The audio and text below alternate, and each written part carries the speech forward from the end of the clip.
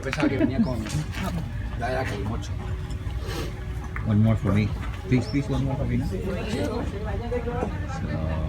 we got a free one in here. It's Bodegas Iracha. 1891. In 2014, we walked the Camino with 3 couples. In 2016, only 2 couples walked the Camino Portuguese. In 2017, due to injuries, there's only me and my wife who walked from France to Spain. Some would argue that you cannot walk with your spouse, as there will be a lot of friction that can start a fire. We don't believe that, but you have to watch to see if that's true. This Camino video might be a little bit different than other Camino videos, as we consider it as a pilgrimage, not just as a hiking trail. We have really beautiful hiking trails back home, but Camino is so much more than hiking. We will also include a Camino primer series that we think is important for future pilgrims, or even current pilgrims. We will have a topic for every day that we are walking the Camino that we think will be helpful for you, or for everyone somehow.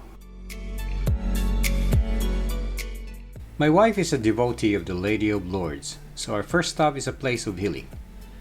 Have you ever heard of the story of Lourdes, and why is it so familiar for those who seek healing and a place for pilgrimage? Come join us as we do a pilgrimage before a Camino pilgrimage. Señor es contigo, bendita tú eres entre todas las mujeres, y bendito es el fruto de tu vientre, Jesús.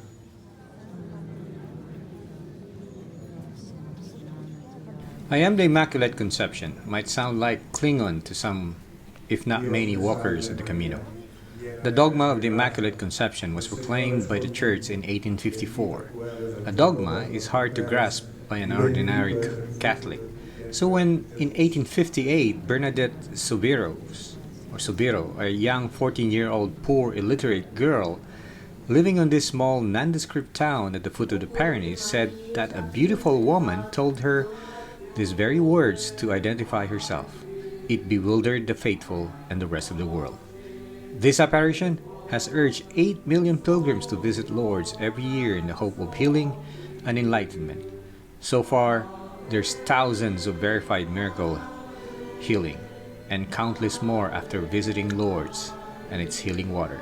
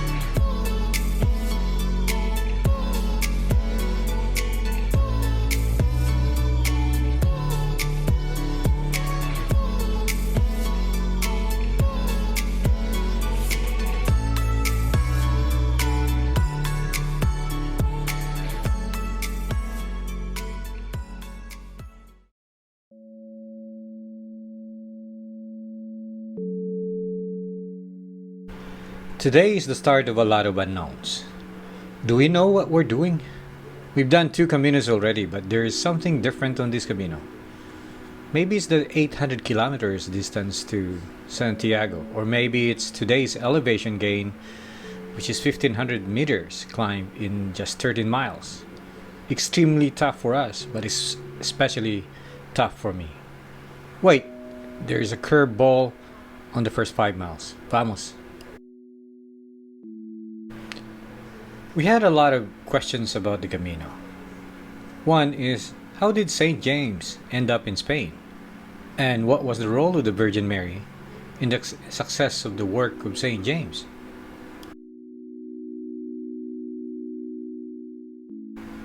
It may have been the time zone or the loud snoring of the people in the albergue, or maybe I'm just anxious to start the day that I barely had a wink. So we started when it was really pitch dark.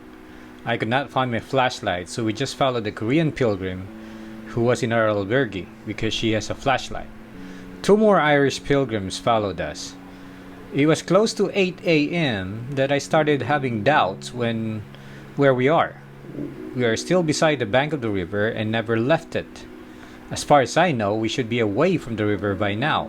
True enough, when I checked my precious data in the GPS, we were lost. So I told everyone that we're lost. The Irish guys decided to go back to SJDPP to start again, wasting 10 miles. I told my wife and Pia, the Korean, that I see a road that will get us back to the Camino. The shortcut was a blessing.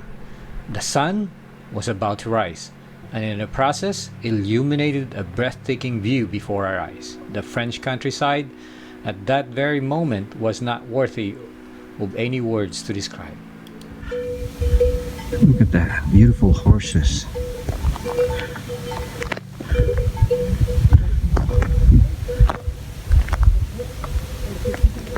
There's my wife. We're on top of the Pyrenees. Very, very tired, but it's beautiful.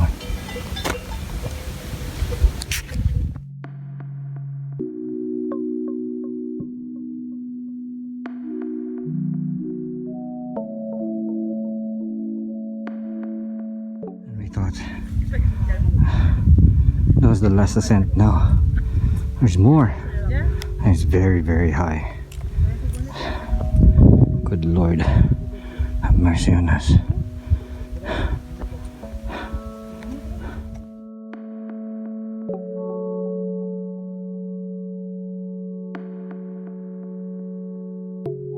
Finally made it to Roncesvalles. It's a monastery. We walk almost 20 miles. 19 of them is uphill. The 1 mile was a total, I don't know, 1,000 meters descent in 1 mile, so it's really, really bad. But thank God we're here. Thank you, Mama Mary. We offer this sacrifice to all the friends. Give us more prayers. We're here. Thank you. Thank you, Jesus. Thank you, God. Roncesvalles. So it looks very nice, beautiful, clean, and modern in the whole way, but it's cold. You see that. In Acts chapter 1 verse 8, Jesus told his apostles, "But you shall receive power when the Holy Spirit has come upon you, and you shall be my witnesses in Jerusalem, and in all Judea and Samaria, and to the end of the earth." So the apostles did what Jesus said. They proclaimed the gospel of Jesus Christ all over the world. St. James, for this reason, went to Spain, to the end of the earth. At that time, the Romans believed that this part of Spain is the end of the earth. In Latin, end of the earth is Finisterra. In Galicia, in northern Spain, just west of Santiago, there's a place called Finisteri. Coincidence? Maybe not. Anyway, James was at first unsuccessful in evangelizing the different Celtic tribes of Spain when he went there, that he gave up and decided to go home to Judea. But when he was in Zaragoza, on the way back, the Virgin Mary appeared to him on top of a pillar near the river Ebro. James surely can recognize the Virgin Mary, as he was one of Jesus' closest friends. So he might have met Mary many times. At this time, the mother of Jesus was still living. The mother of Jesus told James that she will help him in evangelizing the Spanish, but in return, he will have to build a church for her in the river Ebro, where she appeared. This was the only known living apparition of the Virgin Mary. As per the church records, This apparition happened in 42 AD. In Acts chapter 12 verse 2, Herod beheaded James around 44 AD, the first apostle to be martyred. For this reason, Spain has two patron saints, Our Lady of the Pillar and Saint James, or Nuestra Señora del Pilar and Santiago.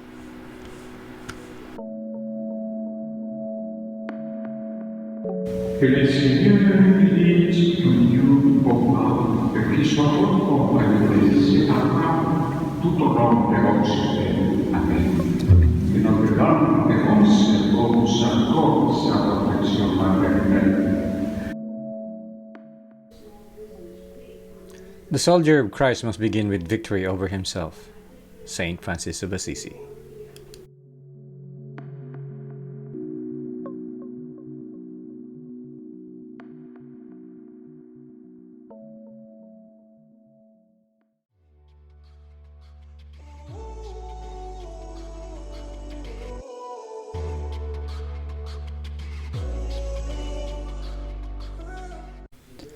Apparently, we survived day one, which is probably the most physically demanding task that I ever done in my life. It was a never-ending ascent. Today is the complete opposite. It's downhill, so it would just be a walk in the park, right? Stay with us to find out. You're still a good time, even in the cold. One of the questions we have in our mind is, how do we know if St. James is really in Spain?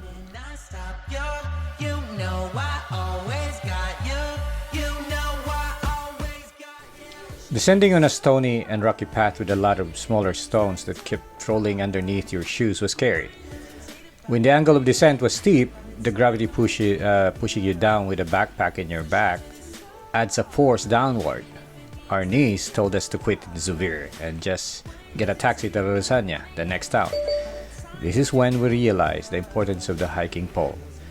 It kept our balance when we were kind of jumping between rocks on the trail, plus it serves as a brake on the way down if you're being pushed down. It prevents you in rolling down as it slows you down a lot. After having lunch in Zubiri, we decided to walk the last 4 miles to Larrasoaña, not knowing that there were countless hills to climb and descend. This day was worse than day one. My knees hurt so bad that before I slept, I was pretty sure that I would not be able to walk the next day. So it's the second day. It's beautiful here. Going to Larrasoaña, Rasanua. Started walking around 7:40, and it's a beautiful Spanish countryside.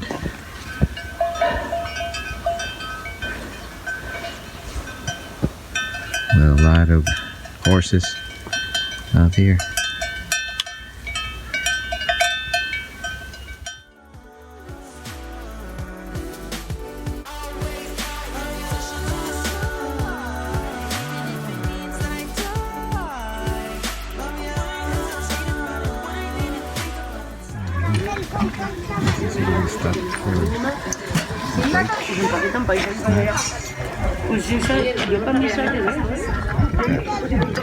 Whole family. Bike.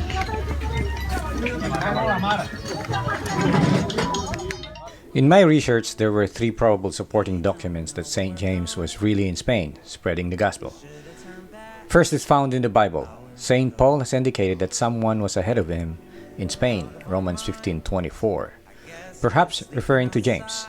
Another document that apparently supported the existence of St. James' travel in Spain is a cult or novena prayer to St. James found in Astorga that dates back to 150 AD, some 700 years before his body was found in Compostela.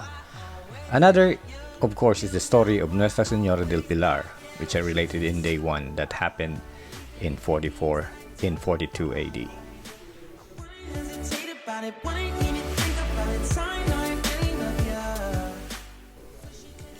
A sacrifice to be real must cost, must hurt, and must empty ourselves.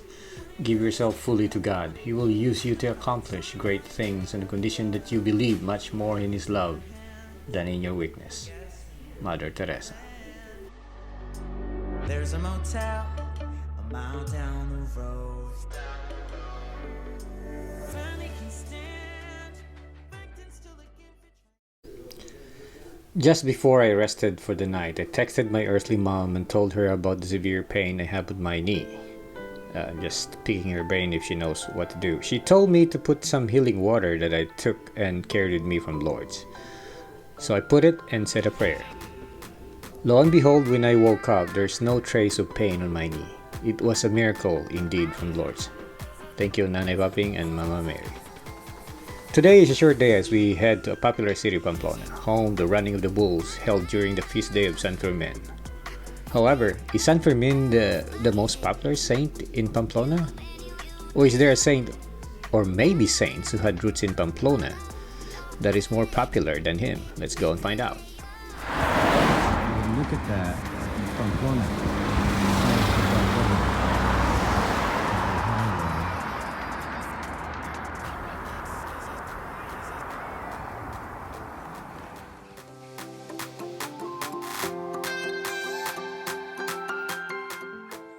With all this walking, I was wondering, is the body of St. James really in Santiago Cathedral?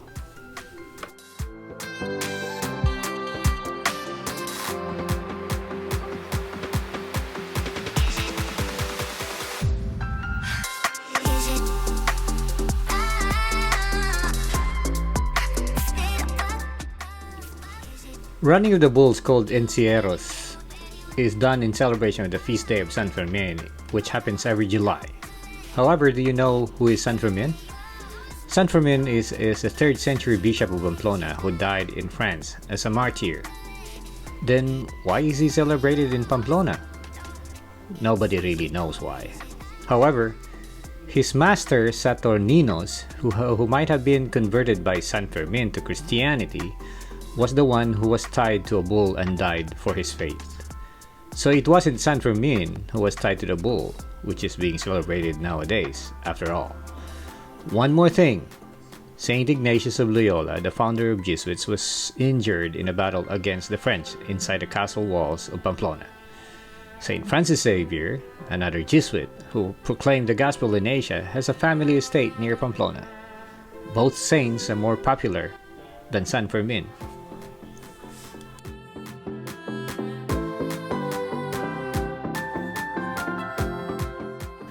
For almost 800 years, the body of St. James was kept in an unmarked tomb covered with thick bushes in a field until a hermit named Pelayo followed strange lights in the sky that seemed to point to a place in an open field, the Field of Stars. Thus the name Compostela, now Compostela. Pelayo informed the local Bishop of Padron, Teodomiro, about it, and when the bishop went to open the tomb, he found 3 tombs located 3 meters underground. The middle tomb was protected with a slab of marble. The other 2 tombs apparently belonging to the 2 disciples, Athanasius and Teodoro, or Teodorico. A stone with an inscription that only early church official was included with the remains of the one in the middle. This symbol or inscription was identified by the bishop as a Marmaric art, which the 5th century Byzantine documents indicated would be included if St. James' tomb was to be found. Various other church documents also mentioned that St. James was buried in Hispania, a Roman province. According to church officials in Santiago, this is how the Bishop Teodomiro determined it was the sepulchre of St. James the Greater. The sacred tomb was found north of Padron and is still found on the very location inside the present-day Cathedral de Santiago, which was a basilica in the 9th century. Whatever you are doing which makes you feel the most alive, that is where God is. Saint Ignatius of Loyola.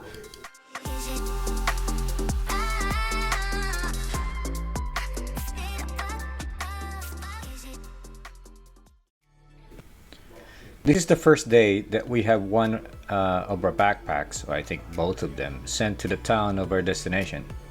I know, we broke one of the Camino rules. Today's destination has the most beautiful bridge in the whole Camino. There's a story behind why it was built. We also met two priests that reminds me of the white robes in my hometown.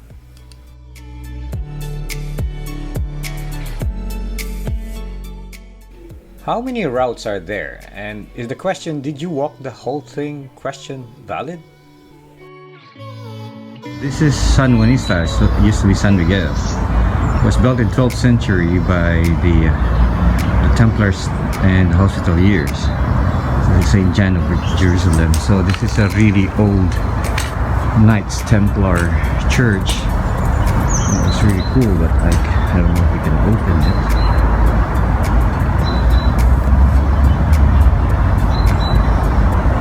Let's try to open it. This is the one, but this looks older. I know, huh?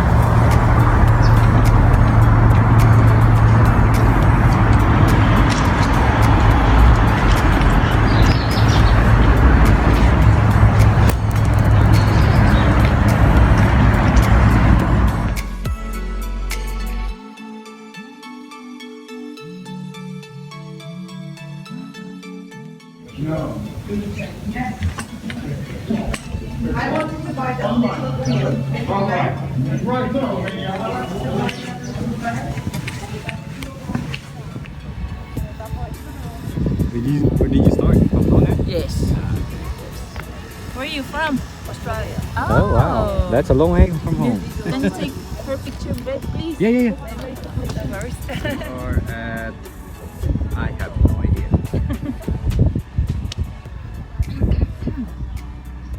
We're somewhere between... Look at that. Title.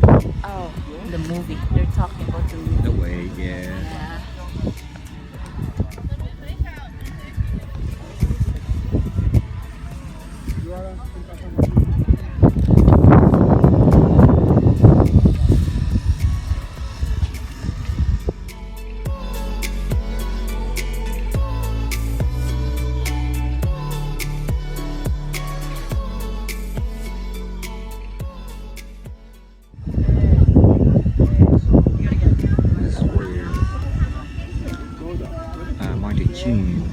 Shot the part of the Camino, or the way, sorry. Look at this, it's so good. That way is actually No, it's good. more than half like Very much so. It's important.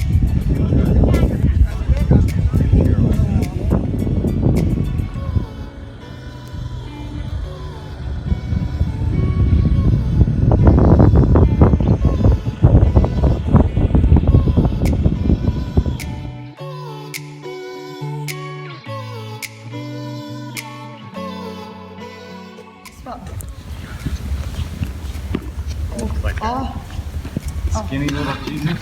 Yeah.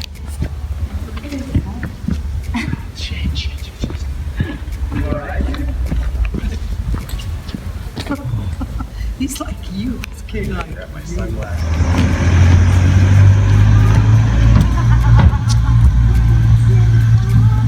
It's a video, though.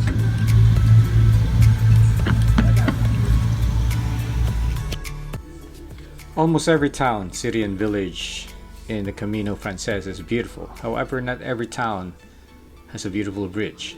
Puentelareina has one, but not only its grandeur is what pilgrims appreciate, but also the story of what they call the Queen's Bridge. It was said that the Queen, who is ironically either of the Queens, Doña Mayor, wife of Santiago III, or Doña Estefania, the wife of his successor, Garcia el Nájera. It was said that when the Queen found out that a lot of pilgrims were drowning as they crossed the river Agra on their way to Santiago, the Queen decided to build a bridge for them. Puentelareina is where other Camino routes from Spain joins the Camino Frances, thus it is a hub for the Camino. We also met two Filipino priests, Father Mark and Father Anton, in one of the bars who were doing, I think they were doing advanced studies in theology in Pamplona, and I believe they were members of a religious order called Opus Dei. we had a good chat and dinner. Growing up, I was reminded of the two Spanish priests in my hometown in the Philippines who were somehow responsible for my spiritual formation when I was young. Today, it is the Philippines who are sending priests to Spain. Reminds me of the story of the Good Samaritan, and likewise in the Camino, it reminds me that everyone becomes your neighbor. Like the chick girl Lenka, who walked with us for a bit. So she was very friendly and kind.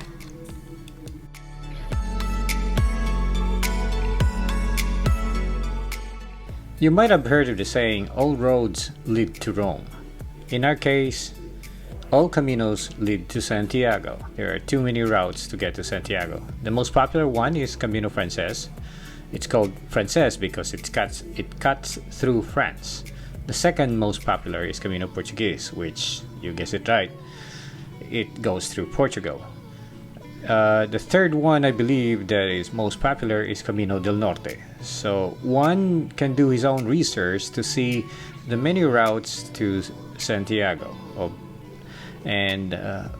However, on a question that annoys a lot of pilgrims in the Camino is, hey, did you do the whole thing? Technically, there's no whole thing in the Camino. The Camino starts the moment you decided to put one foot outside your door to start your Camino. We walk with pilgrims who started from Switzerland, Belgium, Czech Republic, and even Italy. But you also walk with Spanish folks who started their walk from their own Spanish hometowns like Leon or wherever they are.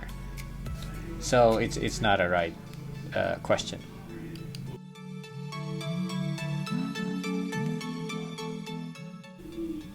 The things that we love tells us what we are, Saint Thomas Aquinas.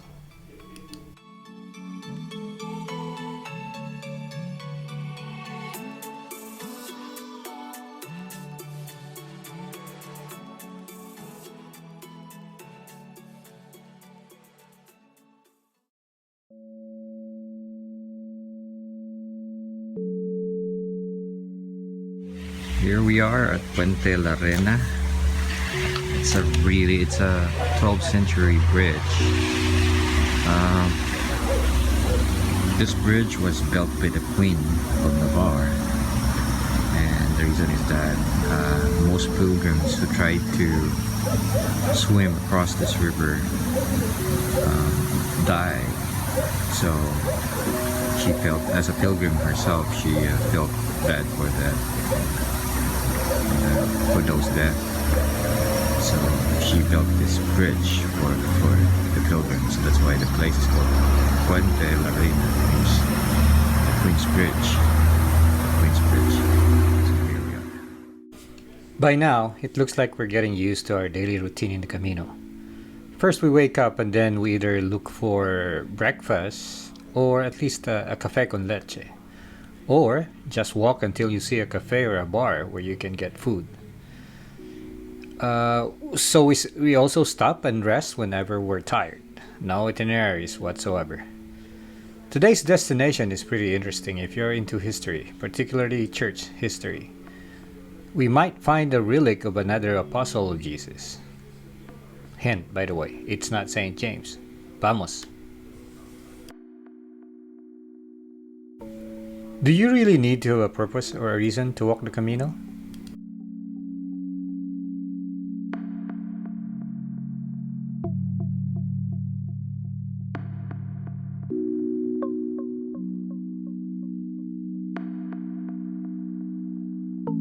So today is the 5th day. We're approaching really small, beautiful villages of northern Spain along vineyards and vineyards and vineyards. So it's beautiful.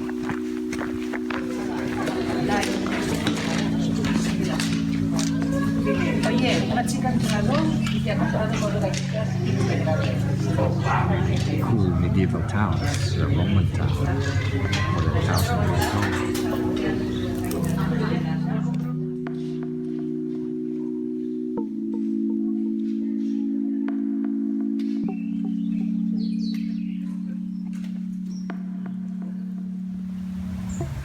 So this road is 2,000 years old maybe. This is a Roman road. It's a Roman bridge. It's still standing, it still works for the Camino. If you're watching this, you might have heard of the Camino or interested about the Camino. You might have seen a lot or a ton of videos, and somehow those who walk the Camino had a reason or another. Some walk for spiritual or religious reasons, or even for physical reasons, or they walk for someone special who passed away or sick. There's almost an infinite infinite number of reasons to walk the Camino, and even if you don't have any and is searching for one, then perhaps that could be a motivation to walk. And even if you're not searching for a reason, you can still walk the Camino. The only negative thing that I can think of is that when the going gets tough, you might tell yourself, what the heck am I doing here? I might as well go home and sit on my couch and watch TV. No blisters, no pain, no nothing.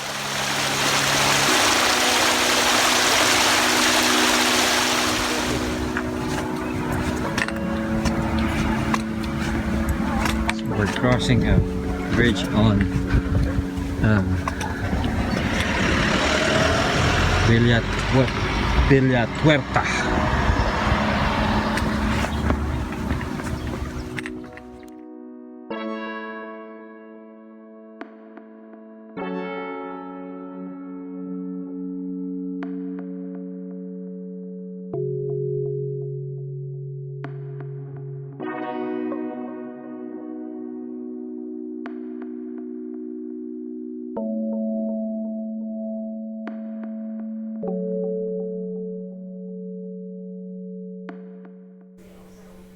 The most interesting church in Estella is the 12th century Romanesque Iglesia di San Pedro de la Roa. It was closed when we attempted to visit, but its famous story when a pilgrim died in the hospice of San Nicolas many centuries ago. So the church folks in Estella decided to bury him in one of the cloisters in the church. And when they did, the grave glowed. When the clerics opened it, they found a fragment of the true cross, the bones of the apostles Saint Andrew, and the pilgrim's crosier and gloves, signifying that he was not a common pilgrim. Later, they found out that he was the Bishop of Patras in Greece. But the more interesting coincidence is that the cloister where the grave was decorated with the Romanesque capitals that depicts episodes of a biblical story that features Saint Andrew. Saint Andrew's depiction in the cloister was made 100 years before the Bishop of Patra brought Saint Andrew's shoulder bone to Estella. Perhaps God wanted to send one of his apostles to one of the most ethnically divided medieval towns in the Camino to show them that they are all brothers under one Father, one God.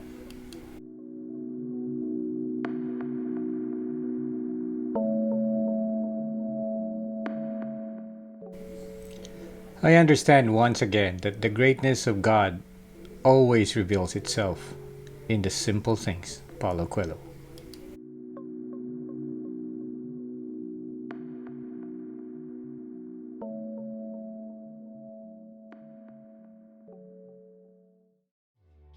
We all heard how great is the hospitality of the Spanish people towards the pilgrims of the Camino. But today that theory will be tested. By the way, don't take this as generalization. In all of our Caminos, this is the first time and the only time that it happened. What am I talking about? Venga. The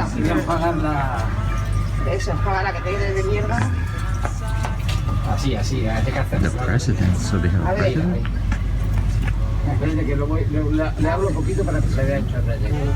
CEO. So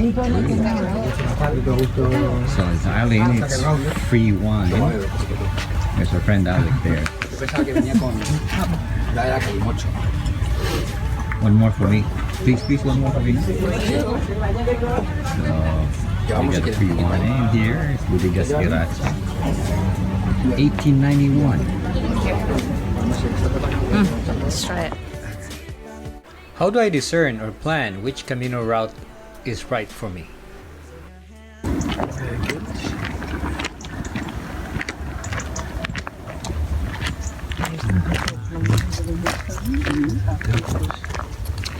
Finally can stand, back then still looking for triumphant. It's between Estella and Los Arcos. An interesting tale happened here before with Charlemagne in this area. Charlemagne asked God which of his troops would not survive the next day. The next day, 150 of his men had a mark on their backs. He told them to remain in the barracks and not go to the battlefield at all. However, after the battle, Charlemagne returned to find out that the 150 men who stayed in the barracks had mysteriously died. Perhaps a lesson in following God's will?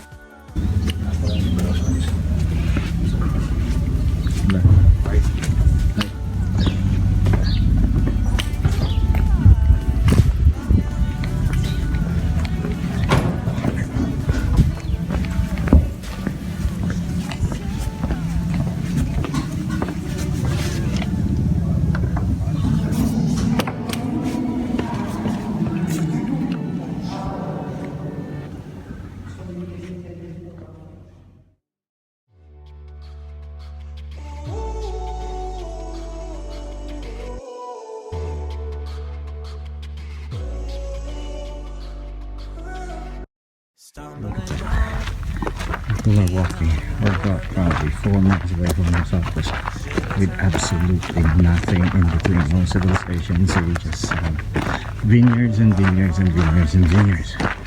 So you see people with farm equipment, what have you. You be very careful here. You need water out here. Thank God there's a lot of people because our destination for today is approximately 2 something. I'm tired. We're done less than half a mile where we're staying. And then we'll bury a boiler or something. Thank you. Los Arcos get its name after the arches that surround the town. The Church of Santa Maria has a mix of Gothic, Romanesque, and Baroque architecture. This is where we had our first experience of how big football is in Spain. The bar that we had our dinner has been decorated with all kinds of football memorabilia and football players with famous players. This was also the only town where I experienced the not so nice attitude of a local.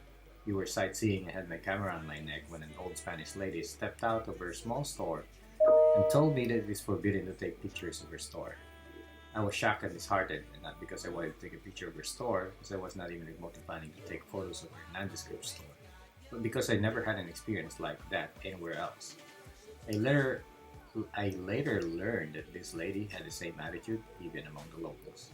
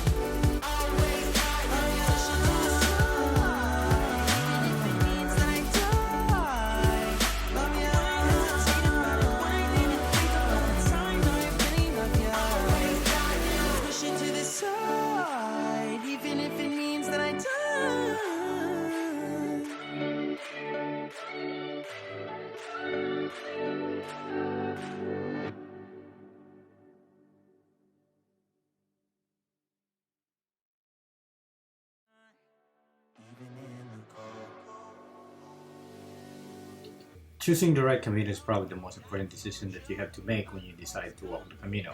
As previously mentioned, there are many routes to Santiago. The first question you ask is how much time do you have? If you're retired, then that's not even a question.